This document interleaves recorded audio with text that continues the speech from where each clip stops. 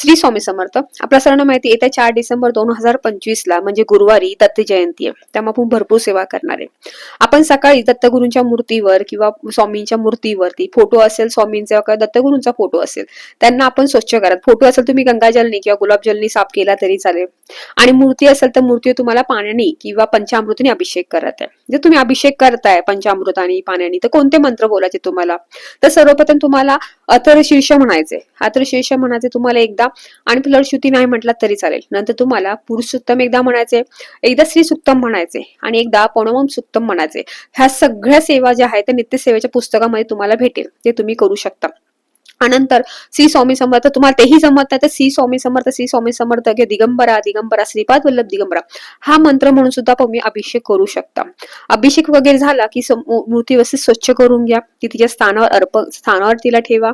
तिथे व्यवस्थित त्यांना तुम्ही स्वामींसाठी दत्तगुरूंसाठी जे वस्त्र आणले असं वस्त्र धारण करा. त्यांना पिवळी फुलं अर्पण करा. चापेचं फुल असेल तर खूप छान राहील, नसेल तर पिवळी कोणती फुलं अर्पण केली तरी चालेल. त्यांना हिनात तर खूप आवडतं स्वामींना, आपल्या सर्वांना माहिती हिनात तर अर्पण करा.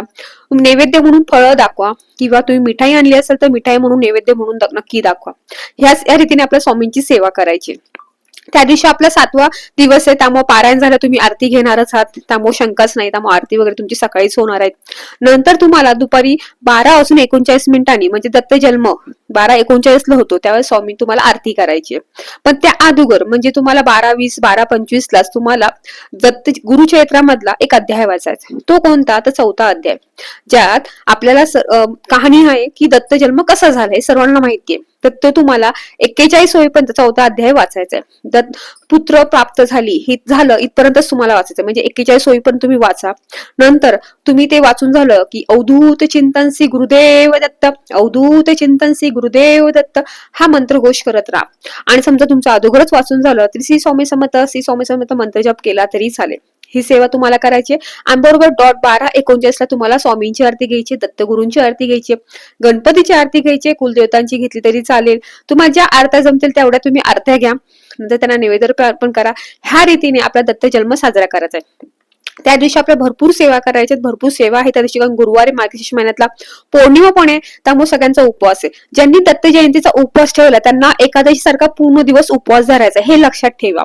त्यामुळे हा उपवास तुमचा 4 तारखेला पूर्ण दिवस राहणार आहे आणि 5 तारखेला सकाळी सुटणार आहे, ही गोष्ट लक्षात ठेवा. त्यामुळे दत्त जयंतीचा पूर्ण दिवस उपवास असतो, त्यामुळे त्या गोष्टी तुम्ही फॉलो करा. आणि मनापासून जेवढी सेवा जमेल तेवढी सेवा करा. दानधर्म करा, कारण दानधर्माला खूप महत्व आहे. अन्नदान केलं तरी जर यथाशक्ती जे जमेल तसं दान करा. श्री स्वामी समर्थ.